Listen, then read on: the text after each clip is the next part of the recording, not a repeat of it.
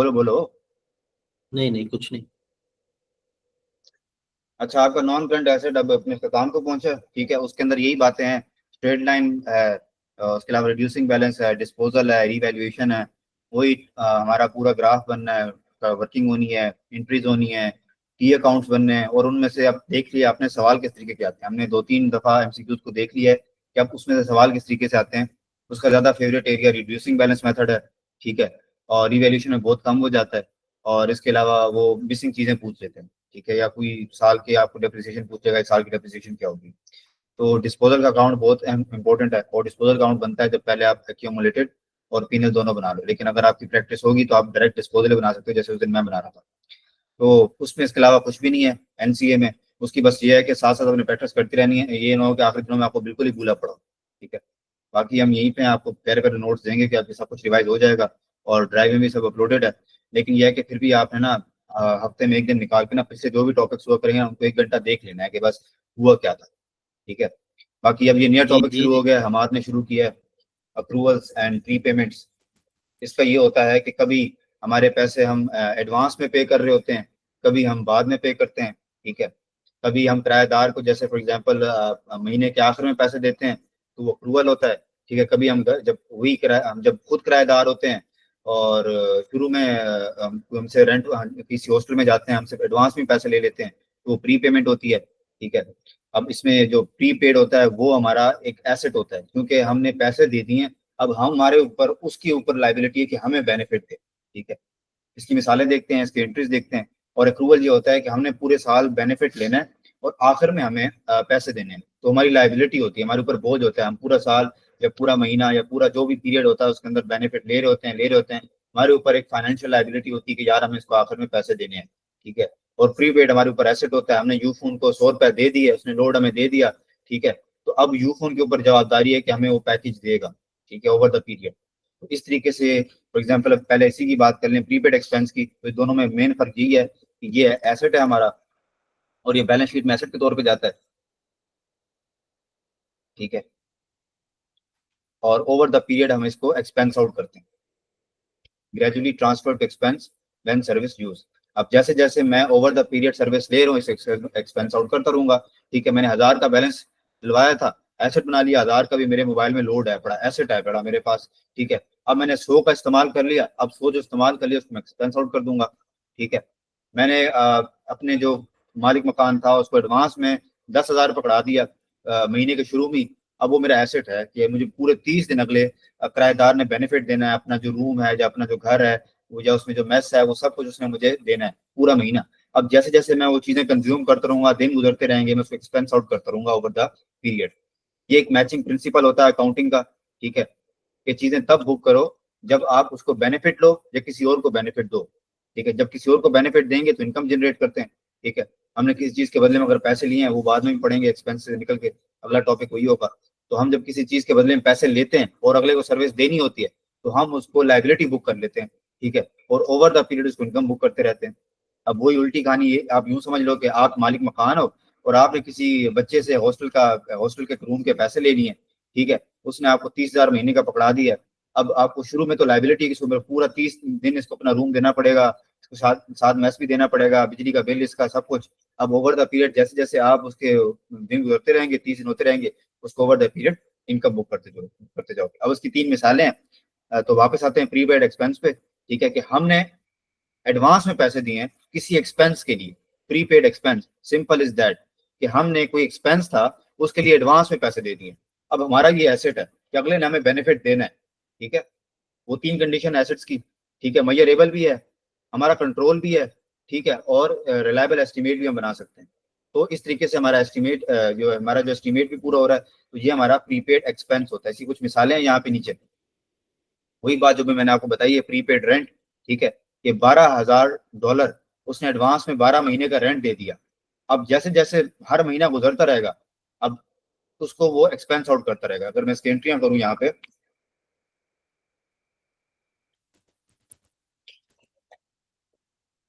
इसी सवाल को लेके चलते हैं।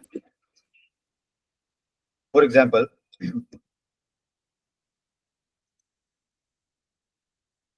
एक एक एक को, ठीक है, हमने प्रीपेड एक्सपेंस। ये क्या है? इस नाम इसका एक्सपेंस है, लेकिन कंफ्यूज नहीं होना, ये एसेट है और एसेट की नेचर डेबिट होती है। ठीक है, तो हमने प्रीपेड एक्सपेंस 12,000 का दे दिया उसको। ठीक है, और उसके बदले में हमने दिया क्या? कैश। तो कैश हमारा क्रेडिट हो जाएगा। ठीक है, अब जैसे जैसे एक महीना गुजर जाएगा, 31/1/1 पूरा महीना गुजर गया। अब हम एक एंट्री करेंगे, उसके लिए हम 12,000, बहुत आसान सा ये टॉपिक है। ठीक है, और ये एक माह का मेरा एक्सपेंस आ जाएगा। अब मैं क्या करूंगा? इस एसेट को रिवर्स करूंगा। प्रीपेड एक्सपेंस, तुम्हारा एसेट था वो 1,000 से कम हो गया और उसके बदले में हमने एक्सपेंस बुक कर लिया,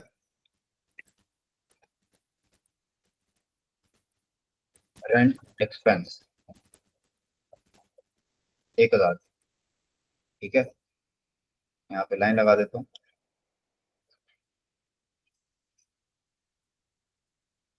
तो इस तरीके से हर महीने ऐसी एंट्री होती रहेगी।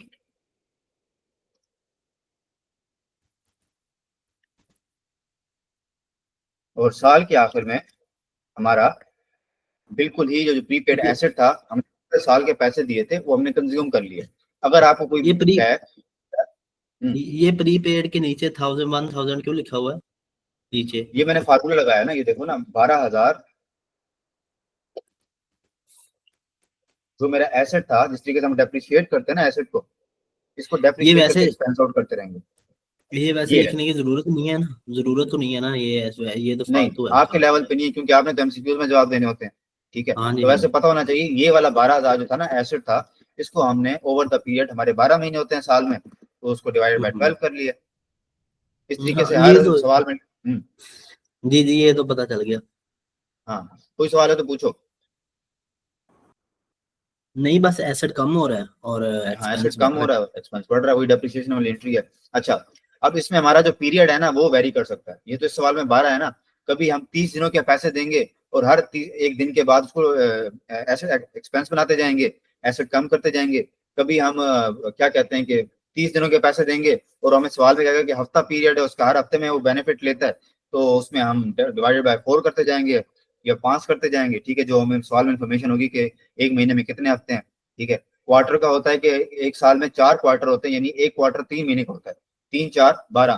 तो उस तरीके से हम उसको डिवाइडेड बाय 4 कर करके एक्सपेंस आउट कर देंगे। ठीक है, अब इसकी बैलेंस शीट समझो, ये हमारे पास, अगर मैं पीएनएल बनाऊं या बैलेंस शीट भी बनाऊं, अगर आपसे कोई कहे कि हमारा ये कौन सा महीना है, 31 नहीं बल्कि 28/2/1।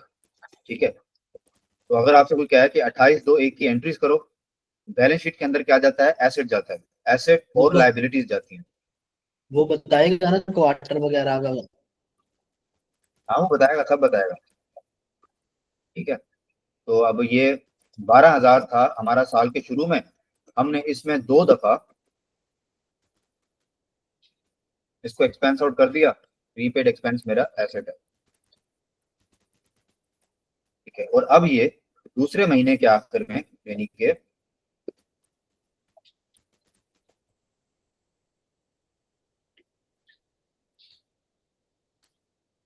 मेरे पास 10,000 प्रीपेड एक्सपेंस है, जिससे अगले 10 महीने मैंने बेनिफिट लेना है। ये हर महीने कम होता जाएगा, कम होता जाएगा, और 12वें महीने के आखिर में ये जीरो बच जाएगा कि हमने पूरे साल के पैसे दिए थे और ओवर द पीरियड हमने पूरे साल बेनिफिट ले लिया। तो इस तरीके से हिसाब किताब होता है। ठीक है, एक और सवाल देखते हैं ऐसी। अच्छा, अगर मैं वो भी बना लूं पीएनएल भी इसका, तो पीएनएल में क्या क्या जाता है?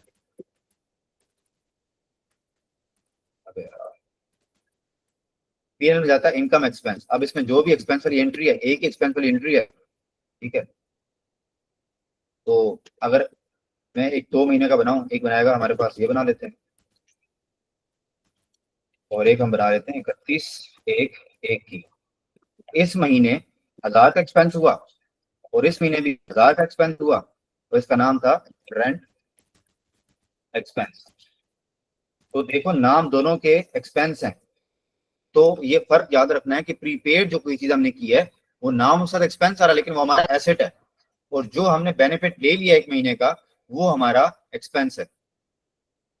ठीक है, इसमें कोई मसला, कोई भी सवाल है तो पूछो। बैलेंस शीट को हर मंथ अपडेट करेंगे ना, फिर 1000 निकाल निकाल के। वो आपको ना हर मंथ अपडेट करने की जरूरत नहीं है, वो आपको सवाल में पूछेगा, आपको कहेगा यार 8वें महीने का बता दो या 9वें महीने का बता दो। ठीक है, वो हर मंथ हम एक्चुअली अपडेट नहीं करते, कंपनी के पास में कोई वेले अकाउंटेंट नहीं होते कि वो हर महीने अपडेट करते हैं, वो ओवर द पीरियड ही करते हैं। बट सवाल में जाहिर सी बात है, आपको अकाउंटिंग सिखानी है बेसिक बेसिक लेवल के ऊपर, तो आपको पता होना चाहिए। तो जो भी होगा, जिस तरीके से हम अपने एसेट लेके आते हैं, इसकी मिसाल वही है, एसेट एडवांस में लेके आए हैं, अब उसकी 5 साल लाइफ है, 10 साल लाइफ है, ठीक है, उसको डेप्रिशिएट करते हैं। ठीक है, तो इस तरीके से ये भी हमारा एसेट है, इसको भी डेप्रिशिएट कर रहे हैं। अब उनका पीरियड अलग अलग होगा, अगली मिसाल देखते हैं, उसमें कोई और पीरियड होगा, देख लेते हैं। ये देखो, अब ये तीसरा अगर मैं मिसाल ये भी सेम टू सेम है, 6,000 लेके आया, 1 साल की इंश्योरेंस पॉलिसी है, एडवांस में उसने इंश्योरेंस पॉलिसी जो ली है, पे किया है, जो इंश्योरेंस कंपनी होती है उसको 6,000 रुपया, और अब वो हर महीने 500 रुपया बुक करता है। ठीक है, और इस तरीके से अगर ये वाला सवाल देखो मैं, advertisement, a company page 5,000 in advance for a 6 month advertising company, the prepaid amount reduce each month as ads होना चाहिए, ये भी ईच मंथ हो गया। देखो इस सवाल में बता रहा है कि हर महीने वो इसकी जो मशहूरी चलती है ना, एड चलती है, ठीक है, वो एडवर्टाइजमेंट कंपनी जिसकी चलाती है, तो वो उसे एक्सपेंस बुक कर लेता है हर महीने। ठीक है, और इस तरीके से अगर मैं सवाल को थोड़ा खुद ही आपको समझाने के लिए मॉडिफाई करूंगा, ऐसा सवाल बनाऊं कि हमने यू फोन,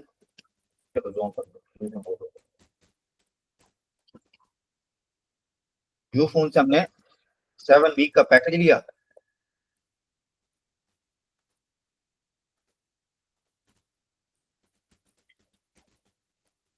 और हर रोज मुझे 100 MB मिलते हैं।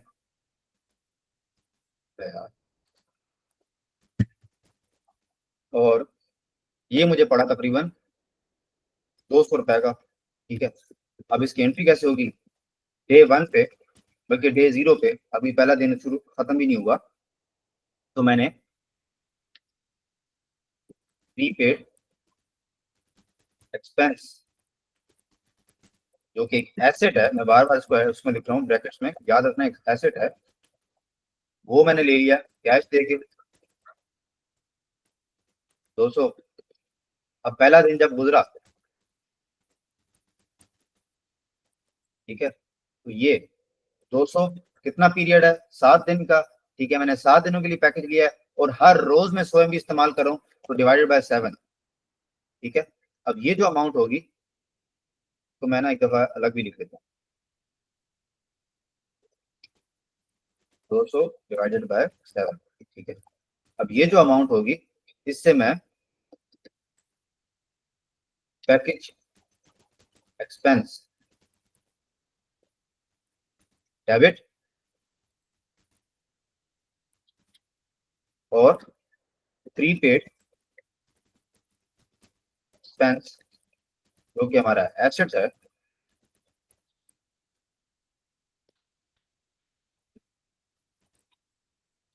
क्रेडिट। ठीक है, तो हर रोज इस तरीके से ये एक्सपेंस मैं पूरा एक दफा इसको कंप्लीट कर लेता हूँ। डे 2 आएगा, सेम एंट्री।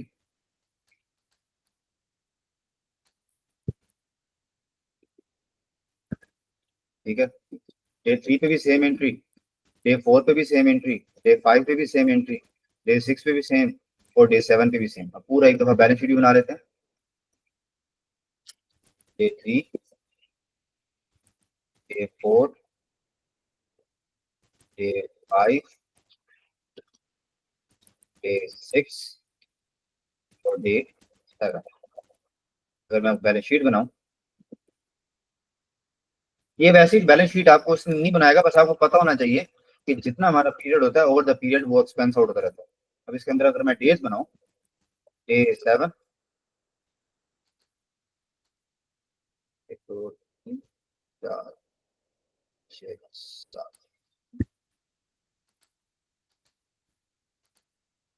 7, 6,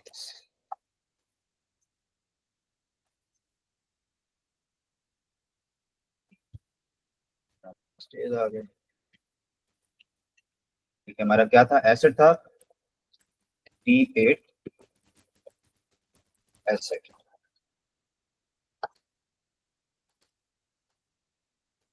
ठीक है, अब पहले दिन 200 था, उसमें से 28 से या 5-7 निकल गया।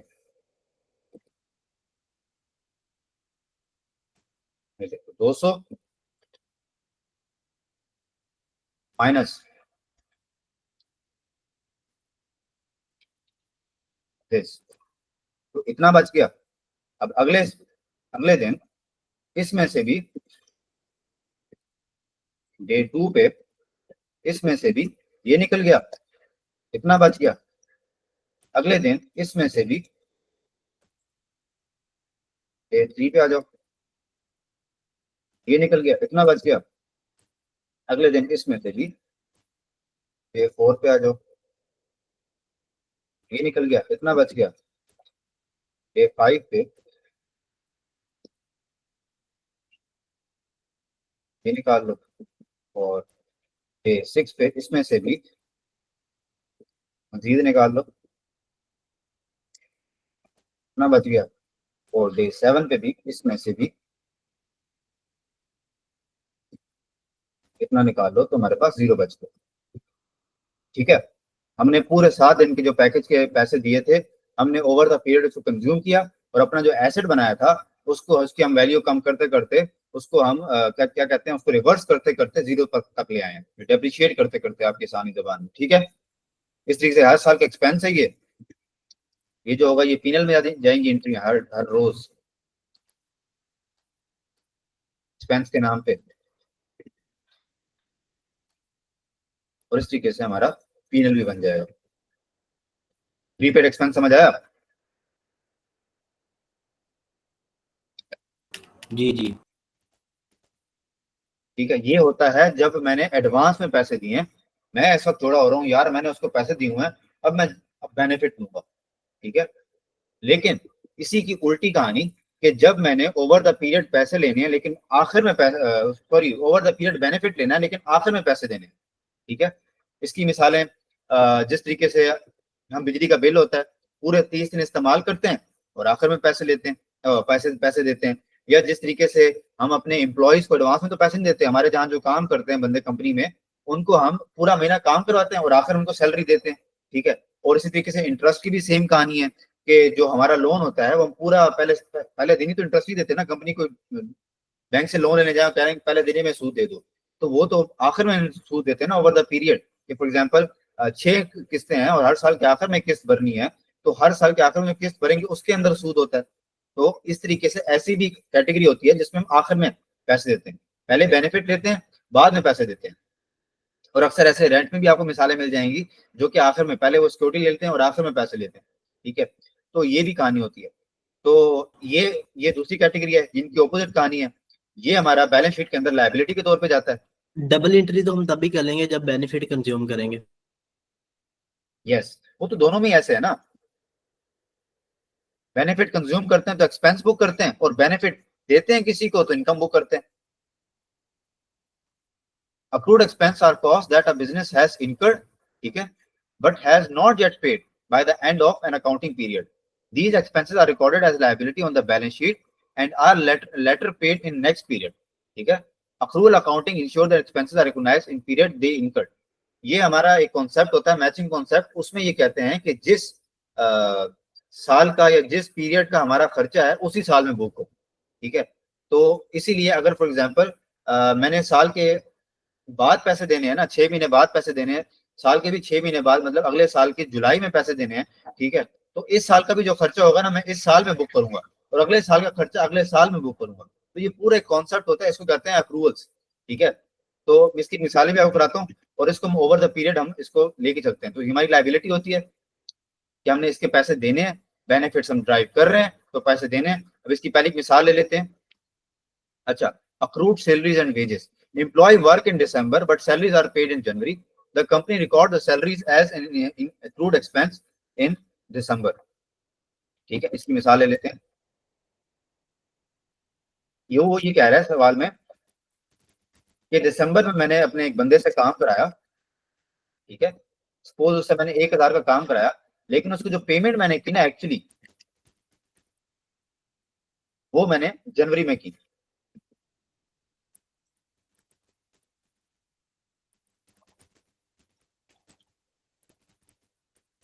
बेनिफिट रिसीव किया मैंने दिसंबर में, पेमेंट मैंने की जनवरी में। ठीक हो गया।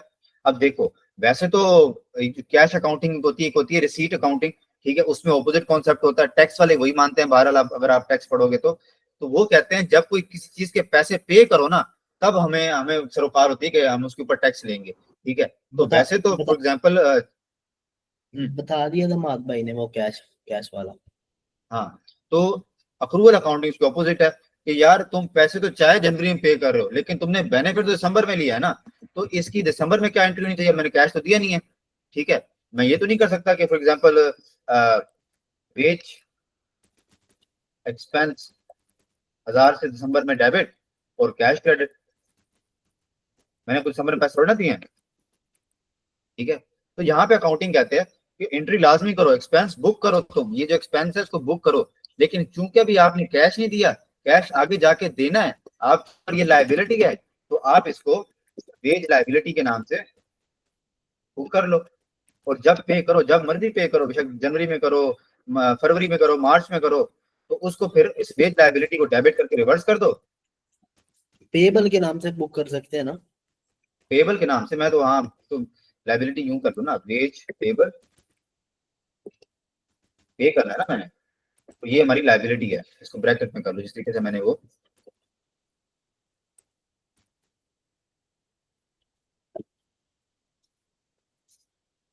पैटर्न फॉलो हो गया, ठीक है। अब मैं इस वेज पेबल को डेबिट कर दूंगा, क्योंकि जनवरी जब मैंने पेमेंट किया, ये दिसंबर की एंट्री है, जनवरी की एंट्री है, वेज पेबल डेबिट, जो हमारी लाइबिलिटी है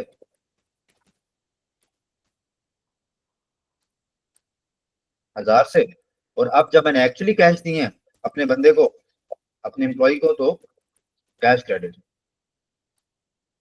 अब अगर मैं इसकी बैलेंस शीट बनाऊं, एक दिसंबर बना लेते हैं और एक जनवरी बना लेते हैं, ठीक है। अब दिसंबर में बैलेंस शीट में क्या आता है, एसेट और लाइबिलिटी, तो दिसंबर वाली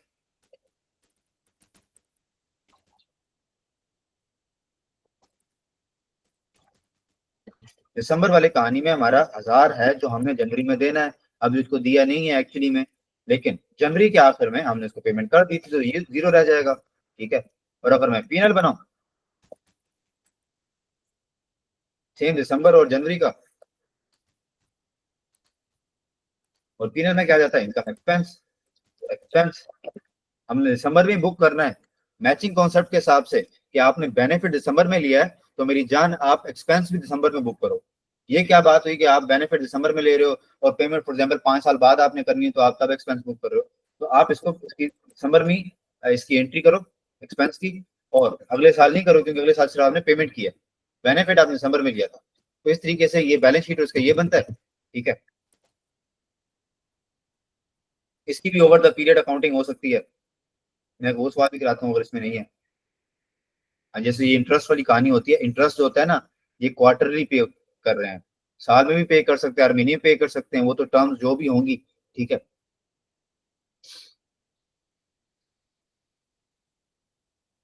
ठीक है, वो ये कह रहा है कि इंटरेस्ट साल का लगता है लेकिन पेमेंट क्वार्टरली होती है। इसका बड़ा प्यारा एक सवाल बना लेते हैं, मजा आएगा।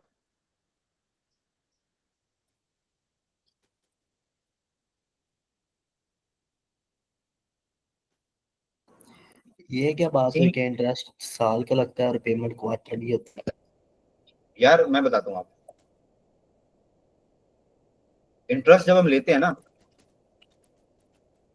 फॉर एग्जाम्पल मैं एक बैंक के पास गया, बस कौन सा समझ में आई, 1 लाख उससे लेके आ गया बैंक से, बैंक ने बोला रेट आप पे लगेगा 10% पर मंथ,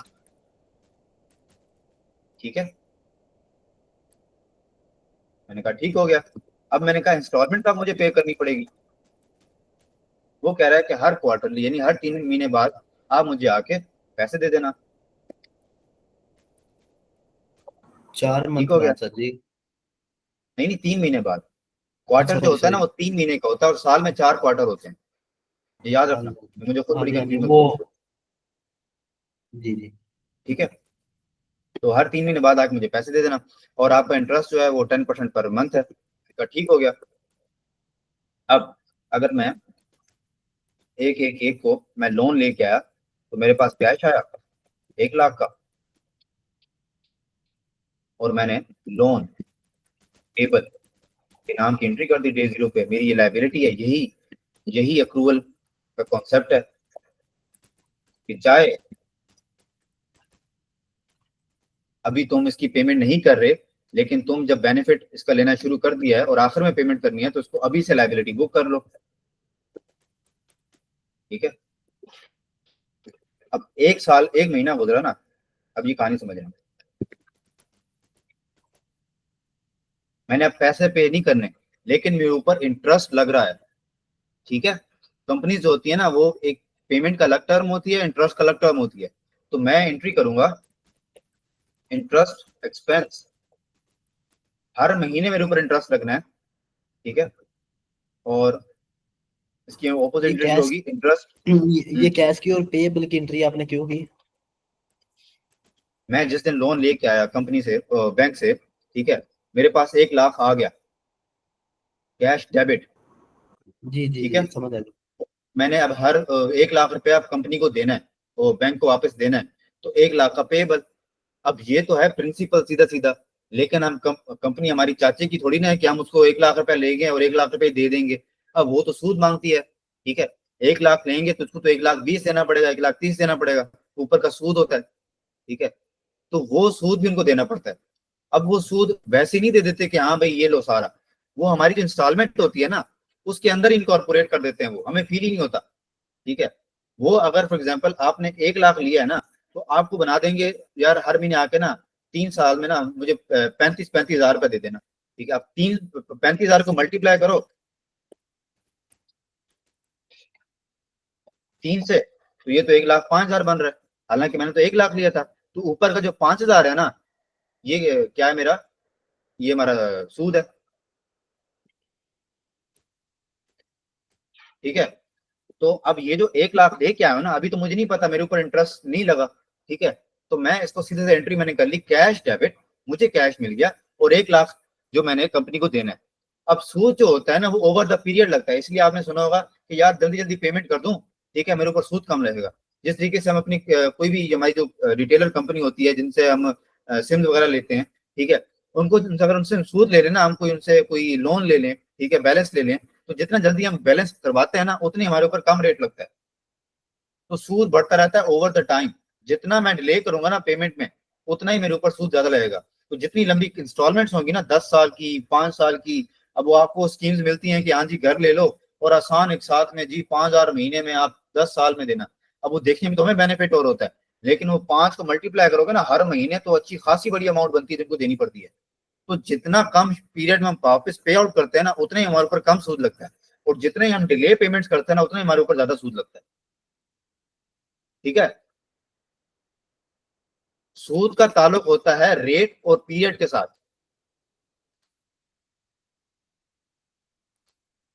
अब ये तो सीधा सीधा हिसाब आ गया मेरा लोन पेबल का। अब वो कह रहा है कि हर साल तुम इसके ऊपर 10% मुझे सूद दोगे। ठीक है, अब मैं इसके ऊपर लगाऊंगा 10%, मल्टीप्लाई बाय 10%। ठीक है, तो ये जो ऊपर का मैं 10 सालों से दे रहा हूं ना, ये सूद है।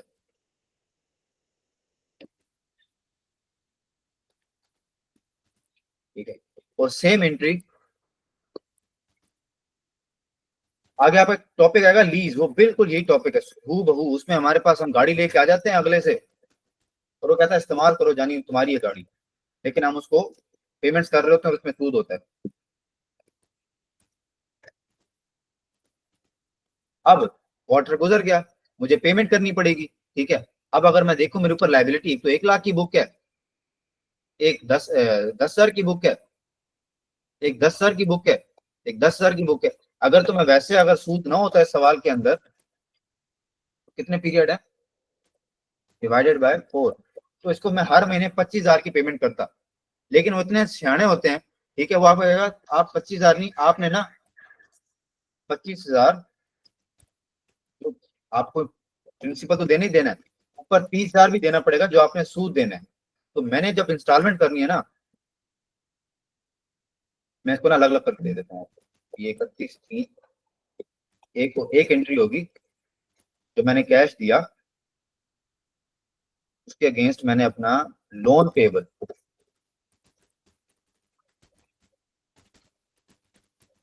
एक ये कम किया, कितने से, 25,000 से, और कैश दिया मैंने एक क्वार्टर बाद। वो कह रहा है कि आके तूने इंस्टॉलमेंट देनी है, ठीक है। ये कैसे आया, 1,00,000 डिवाइडेड बाय 4। लेकिन मेरे ऊपर, उसको मैं कर देता हूँ, सूद भी डलना था, ठीक है। इसी क्वार्टर के साथ ही एक एंट्री में और करूंगा, इंटरेस्ट पेएबल, जो मैंने हर महीने बुक किया हुआ है। कितने का, 10, 10 और 10, तो टोटल हो गया ये 30,000। और ये भी मैं कैश दूंगा, लेकिन इसके लिए लग मैं नहीं दूंगा कि उसको मैं बता रहा हूँ कि हाँ भी ये सूद कितने पैसे हैं और लोन कितने पैसे हैं। ये हम इकट्ठी इंस्टॉलमेंट देते हैं, तो इसलिए मैंने अलग अलग आपको किया ताकि आपको ना समझ आए कि एक इसमें इंटरेस्ट पेबल निकल रहा है, एक लोन पेबल निकल रहा है, ठीक है। तो हम इंस्टॉलमेंट कितनी की देते हैं टोटल, 55,000 की, 55,000 की इकट्ठी एंट्री भी कर सकते हैं। हाँ, वो आप 55,000 इकट्ठा कहेगा कि यार 3 महीने बाद आके ना मुझे 55,000 दे देना। हम कहते हैं यार कितना अच्छा है यार, 3 महीने बाद पैसे ले रहा है अल्लाह के बंदे, 55,000 ठीक हो गया। लेकिन उसके अंदर वो अपना लोन भी वापस ले रहा है, और उसके ऊपर जो उसने सूद चार्ज किया है ना, ये 30,000, ये भी ले रहा है। लेकिन आपके लेवल के ऊपर कहानी इतनी है कि हम बस ये समझ रहे हैं कि हमने एक चीज के लिए जो बेनिफिट लेना है ना, ठीक है, उसके लिए हमने ओवर द पीरियड हमने वो पैसे जो एक्सपेंस देना है उसको हमने एडवांस में ही बेनिफिट लेना है, तो उसको लायबिलिटी बुक कर ली है, ठीक है। इसमें हम एडवांस में पेमेंट नहीं कर रहे, वो हमें एडवांस में बेनिफिट मिल रहा है। शुरू में गए हैं, पहले दिन ही गए हैं, बैंक ने 1,00,000 रुपया दे दिया, अब हम ओवर द पीरियड उसके ऊपर इस्तेमाल करते जाएंगे उसको, कैश को, हमारी मर्जी है, एसेट लें, कंपनी को पे आउट करें, कोई और लोन पे करें, इधर से लोन लेके उधर पे करें, गवर्नमेंट को दें। हमने एडवांस ले लिया बेनिफिट, अब ओवर द पीरियड हम बेनिफिट ले रहे हैं और उसको एक्सपेंस आउट करते जा रहे हैं। एक ये एक्सपेंस आ गया, एक ये एक्सपेंस आ गया, और एक ये एक्सपेंस आ गया, ठीक है। तो आप वापस आ जाते हैं, वापस आ जाओ, कहां पे थे, बहुत आगे निकल गए थे, ठीक है। तो क्रूड एक्सपेंस ऐसा होता है कि हम बेनिफिट शुरू में ले रहे हैं, जैसे कि इस सवाल में दिसंबर में बेनिफिट ले लिया था, ठीक है, पेमेंट बाद में कर रहे हैं जनवरी में। और इस सवाल में देखो, बेनिफिट 1,00,000 का शुरू में ले रहे हैं पैसों की शक्ल में, और उसकी जो पेमेंट है वो 3 महीने बाद कर रहे हैं, ठीक है।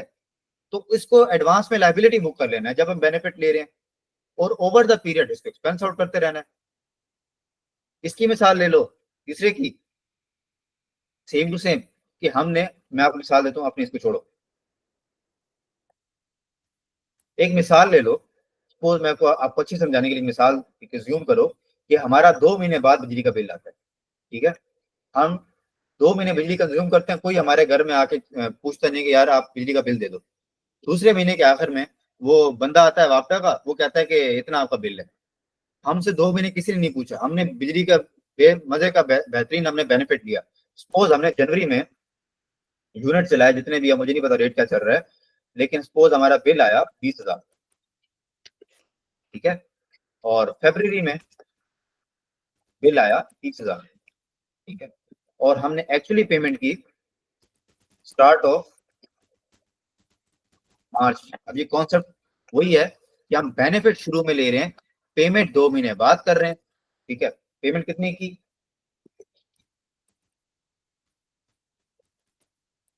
50,000 रुपए की, ठीक है। 2 महीनों का बिल जो हमने, बिल में तो कोई सूद शामिल नहीं होता, ठीक है। तो अब हम जनवरी में एंट्री करेंगे,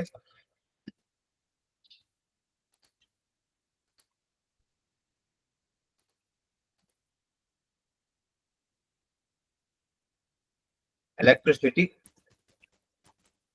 एक्सपेंस, क्योंकि हम बेनिफिट जनवरी में ले रहे हैं, चाहे पेमेंट हम 2 महीने बाद कर रहे हैं, बेनिफिट हम जनवरी में ले रहे हैं, तो एक्सपेंस हम इसी में बुक करेंगे। जिस तरीके से इस सवाल में, हाँ, कस्टमर अपने, सॉरी क्या कहते हैं, एम्प्लॉय से बेनिफिट हम दिसंबर में ले रहे हैं, चाहे पेमेंट जनवरी में कर रहे हैं, लेकिन हम इसको एक्सपेंस आउट बुक करेंगे, ठीक है। और इसके अगेंस्ट लिखेंगे इलेक्ट्रिसिटी एक्सपेंस पेएबल, जो हमारी है लायबिलिटी 20,000 से। वेब में भी सेम,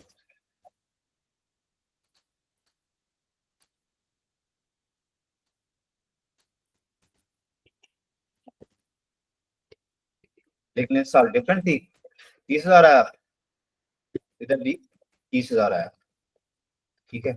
अब मार्च के शुरू में 1 मार्च को हम एंट्री करेंगे, जब हमने एक्चुअली पेमेंट की, कितना हमने कैश दिया, 50,000, और हमारा जो, सॉरी कैश दिया क्रेडिट, और हमारा जो पेबल था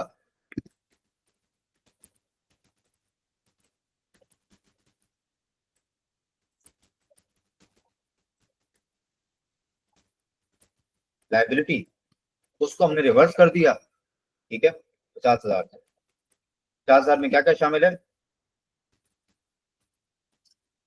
एक 30,000 और एक 20,000, ठीक है। ये चीज समझ आ रही है। अगर मैं बैलेंस शीट बनाऊं, मैं आपको जुबानी बताता हूँ, बैलेंस शीट बनाऊं 1 जनवरी को कोई मुझसे सवाल पूछता है, एमसीक्यूज आता है कि यार 1 जनवरी को बताओ कि क्लोजिंग क्या होगा, ठीक है। तो 1 जनवरी को क्लोजिंग होगा, मैं आपको टी अकाउंट बना देता हूँ, मजा आएगा। 1 जनवरी क्लोजिंग होगा 20,000 कि 20,000 मैंने पे करने, मुझे तो नहीं पता ना फरवरी में कितने मैंने बिजली इस्तेमाल करनी है और मेरे पास बिल आएगा, लेकिन फरवरी में पिछला भी 20,000 देना है, इस महीने का भी 30,000 है, तो मैं क्लोजिंग रखूंगा 50,000। मार्च में मैंने पेमेंट कर दी है, तो क्लोजिंग 0 आ जाएगा, सारे पेबल मैंने रिवर्स कर दिए, ठीक है। 20,000 फरवरी के आखिर में, 30,000 दोनों का कोलेट्रल, ठीक है। मैंने 20,000 भी देना पिछले महीने वाला, इस साल का, इस महीने का 30,000 भी देना है, ठीक है। और अगर मैं उसकी बात करूं पीएनएल की, तो जनवरी में एंट्री होगी, पीएनएल में जाएगी इलेक्ट्रिसिटी एक्सपेंस की, और फरवरी में जाएगी दोबारा इलेक्ट्रिसिटी एक्सपेंस की 30,000 से, और मार्च में कोई एंट्री नहीं जाएगी, इस साल को, इस महीने को एक्सपेंस ही बुक नहीं हुआ। इसका अगर हम अकाउंट भी बना दें,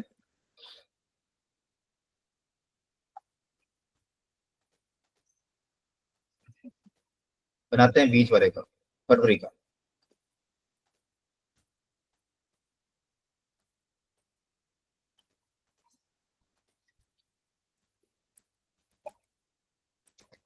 इलेक्ट्रिसिटी, इसमें ओपनिंग हमारा 20,000 होगा, ओपनिंग लायबिलिटी हमारी 20,000 होगी और 30,000 दूसरा ही होगी, और 50,000। यस, ओपनिंग हमारा 20,000 आ गया, और इस साल कितना हुआ एक्सपेंस, 30,000, 20,000 है। सॉरी 1 जीरो कम करते हैं, और हमारे पास क्लोजिंग आ जाएगा 50,000।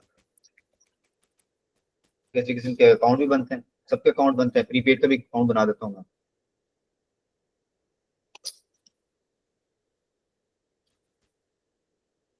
ये पकड़ लेते हैं पैकेज वाला। इसमें हमारे पास एसेट नेचर होती है, तो हमारे ओपनिंग डेबिट साइड पे आएंगे,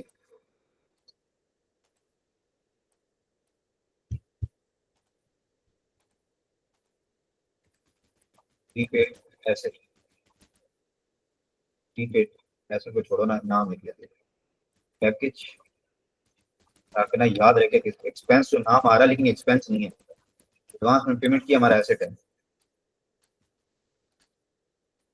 ओपनिंग किसी भी महीने का बना लेते हैं,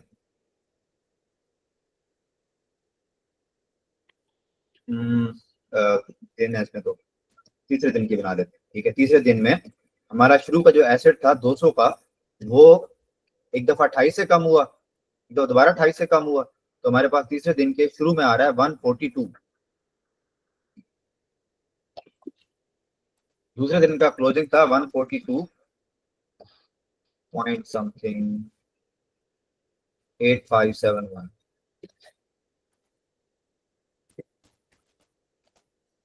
इस साल हमने एक्सपेंस आउट किया कितना 28, नहीं साल एक्सपेंस आउट किया ना, एक्सपेंस आउट साइड पर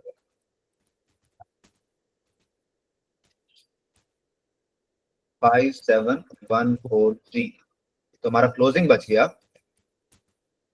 114.2857। ये चीज समझ आई है? एसेट का डेबिट नेचर है, तो दूसरे दिन के आखिर में हमारे पास क्लोजिंग था 142,857। वो कैसे आया, दोबारा मैं रिवाइज करा देता हूँ। 200 था, किधर गया 200, ये रहा 200 था एसेट डे 0 पे, एक दफा 28.57 एक दफा कम हुआ, और 28.57 एक दफा कम होगा, तो ये बच जाएगा 142.857। ये नहीं, दूसरे मैं दिन तीसरे दिन की बना रहा हूँ, दूसरे दिन नहीं का मैं ये बता रहा हूँ ओपनिंग कैसे है, क्योंकि तीसरे दिन का अगर मैं बनाऊँ ना, ये तीसरे दिन का, तो इसमें ओपनिंग तो दूसरे दिन का क्लोजिंग आएगा ना। हाँ जी, हाँ, हाँ जी। तो वो ओपनिंग कैसे आया, 200 माइनस माइनस, ठीक है, और इस साल और उसमें से लेस हो जाएगा 28,57143, तो क्लोजिंग हमारे पास बच जाएगा ये वाला इस साल में, इस वजह से 28,507। ठीक है, ये समझ आया? जी जी हाँ, तो ऐसे मैं आपको ना मजे मजे के जी। सवाल दूंगा, ठीक है, ये भी देख लेना, और ये पी मैं ये जो है ना पूरा एक्सेल की शीट और ये जो वर्ड के सवाल हैं ये भी दे दूंगा, और इस तरीके से मिसालों पर मैं और समझूं। तो कोई भी यार ये ना इसकी मिसालों में ना मिसालें कुछ भी हो सकती हैं, आपको सवाल में समझ आ जाएगी। यार अगर मैं एडवांस में बेनिफिट ले रहा हूँ ना, तो इसका मतलब ये है कि अगले को मैंने पेमेंट करनी है एडवांस में, किसी से मैंने कोई ऐसे समझो कि किसी ने अगर फॉर एग्जाम्पल मेरी शादी के ऊपर उतने पैसे दे के चला गया, तो अब उसकी जब शादी आई मुझे भी उतने पैसे देने पड़ेंगे, ठीक है, तो वो आपके ऊपर लाइबिलिटी है। लेकिन आपने किसी को 200 दे दिए, अब आपको पता है कि उसकी मेरी शादी जब आएगी तो उसने मुझे 200 देना पड़ेगा, तो आप एसेट बुक कर लो, आपको बेनिफिट मिलना है उससे। मैचिंग प्रिंसिपल है, जिस पीरियड का एक्सपेंस है उसी पीरियड में बुक हो। कैश इसके हाँ जी, उलट हाँ होता है जी। कि जिस पीरियड में पेमेंट कर रहे हो उस पीरियड में बुक हो, ठीक है, तो हम तो वो कैश अकाउंटिंग हमारे करते सिलेबस में नहीं है, नहीं है, बाद में हम बताया था तो कैश अकाउंटिंग हमारे करते हैं, सिलेबस। IFRS है ही सारी ओखी गांव, हर चीज के पीछे लॉजिक यही है कि हम अक्रूवल अकाउंटिंग कर रहे हैं, ठीक है। हम डेप्रिसिएशन क्यों ना आखिर में बुक करें, हम हर साल ही क्यों बुक कर रहे हैं, क्योंकि वो IFRS कहता है कि जिस साल तुमने जितना बेनिफिट दिया एसेट से उतना उसको डेप्रिशिएट कर दो, एक्सपेंस आउट कर दो, ठीक है, बजाय ऐसे कि जब तुम उसको जाके बेचो आखिर में। तो ये मैचिंग कॉन्सेप्ट है, इसको याद भी रखना, एमसीक्यू आएंगे। मैचिंग प्रिंसिपल यही है कि जिस साल का एक्सपेंस या जिस साल की इनकम है उसी साल में बुक करो। बाकी हमने देखना है कि एडवांस में हमें पैसे मिले हैं, एडवांस में बेनिफिट मिल रहा है, तो उसके अगेंस्ट मैंने लायबिलिटी बुक करनी है, और अगर मैंने एडवांस में पेमेंट किया या एडवांस में मैं या आखिर में मैंने बेनिफिट देना है, तो उससे अगेंस्ट मैंने एसेट बुक करना है, ठीक है। कोई सवाल है तो पूछो। नहीं नहीं। स्पीड ठीक थी? जी चलो मैं अब इसके ना दो तीन आपको आहिस्ता आहिस्ता इसके ना मैं आपको एमसीक्यूज कराऊंगा, और लेक्चर भी यूट्यूब पे अवेलेबल का हो जाएगा, और ये एक्सेल की शीट भी आपको मैं अवेलेबल कर दूंगा, और वर्ड भी, तो उसको भी देख लेना। और वो प्रैक्टिस करोगे ना, आपको जितना यार इसके जितने प्रैक्टिस करोगे ना, ये चीजें आपकी ग्रिप में आ जाएंगी, ये तो मुश्किल चीजें हैं ही नहीं। ठीक है, ये तो आपको ऑलरेडी पता होगी कि एडवांस में पेमेंट कर रहा हूँ तो मेरा ये एसेट है, और एडवांस में मुझे कोई और पेमेंट कर रहा है, जिस तरीके से बैंक मुझे एडवांस में 1 लाख रुपया दे रहा है, एडवांस में पेमेंट कर रहा है, तो मैं उसको लाइबिलिटी बुक करूंगा, यार उसको हर महीने मुझे पैसे देने पड़ेंगे। या अगर फॉर एग्जाम्पल किसी से मैंने बेनिफिट ले लिया है, बिजली का एक्सपेंस, बिजली का मैंने बेनिफिट ले लिया है, अब उसको आखिर में पेमेंट करनी पड़ेगी। सिंपल ये है कि अगर मुझे बाद में पेमेंट करनी है ना तो मेरा लाइबिलिटी है, और अगर मैंने शुरू में पेमेंट ले ली है, पेमेंट दे दी है, तो मेरा एसेट है। Simple is that. जी जी। तो FA2 यहाँ पे रखते हैं, ठीक है, अभी आप इतना ही पढ़ा है, और कल इंशाल्लाह इसको और एक्सटेंसिव प्रैक्टिस करेंगे, और अभी आते हैं हमें